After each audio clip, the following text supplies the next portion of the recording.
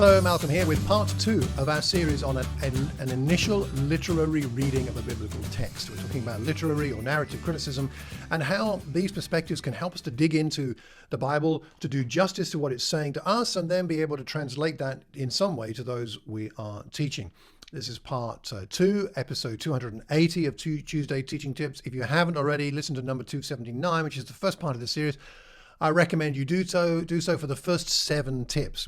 I'm not going to give the reasoning behind all of this time because I did that in the last recording, but you can find some more background as to this particular perspective on literary or narrative approach to digging out what's in the scriptures here. As we go into now, we had 7 questions last time, questions number 8 to 13 today. So you've got your text, maybe a section from the Gospels, could be a parable, could be an encounter like the woman at the well with Jesus and the woman there in John chapter 4.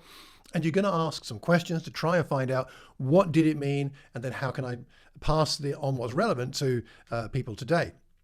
So the next question, number 8, is the reader identification, as it is called. Reader identification, what does this mean? Well, this is about who you connect with in the story. Who do you identify with? As in the woman at the well, do you connect with Jesus? Do you connect with the woman? Do you connect with the disciples? Do you connect with the people of the village? Or who else might you connect with? Sometimes we find ourselves connecting with one or other more than the others. And if you do connect with that person, as you do, then what made that?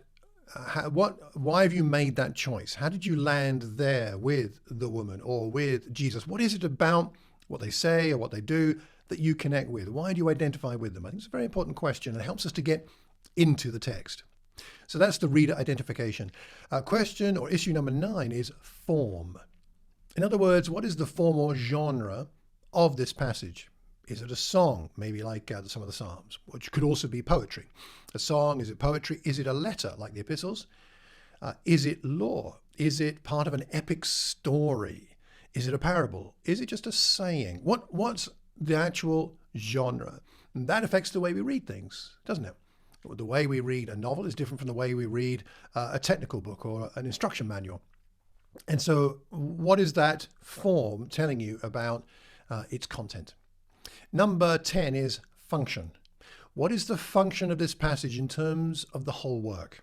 Going back to John chapter 4 again, where does that fit within the Gospel of John? John's themes of light and life and darkness, of new life. Does the issues of water in John chapter 4 connect with other parts of John? I would say it does. John chapter 7 as one example, the streams of living water. How does this fit in the bigger picture? Is Jesus talking to a woman part of the bigger picture of the Gospel of John? Is it something to do with his interactions with the disciples, or the theme of the harvest, or the kingdom? How does this fit with the rest of the book? Really important, and it's another reason for us to make sure we read entire books, not just sections of books. That's function. Question and issue number 11 is under the issue of structure. In other words, how could the structure of this story be sketched? Does it build to a climax? You often see that, of course, in the parables where there is essentially a punchline. So how does it build? What's the form here? Does the story have separate parts? Is it one straight narrative? Or John chapter 4, again, the woman at the well, we've got different sections of that story of Jesus with the woman and then the disciples, and then they go and they come back, and then there's the villagers, and there's several different sections there. How might that show me what's going on in the passage? Style, number 12, style. What's distinctive about the author's style? Are there distinctive phrases or key words? Paul seems to like some words. John, the Apostle John, seems to like others. Mark likes others, doesn't he? In his gospel, where he's got the word immediately or straight away keeps coming up. What am I looking for there? I'm looking for if there are distinctive phrases and phraseology and words, then let's look for those because it tells us something. And number 13, the last one for today, is power. The issue of power. Who has the power in the story? Who has the influence? Who has the control? Who has the money, for example? Who is poor? Who is powerful? And who is powerless? And what does this tell you about what God's trying to get across. Okay, that's enough for today. We got one more coming next week. The questions and issues today were over reader identification. Who do you identify with? Form, that's the genre. Function, what's the function of the passage in terms of the whole, say, book? The structure, does it build to a climax? Does it have separate parts? The style, anything distinctive about it? And who has the power? Who has a lack of power? What does that tell you? I hope you find this interesting. Dig into your passage, ask those questions, look for those themes and issues, and see what you come up with and what that reveals to you. Next time, we've got questions on issues numbers 14 to 19, and then we'll be done.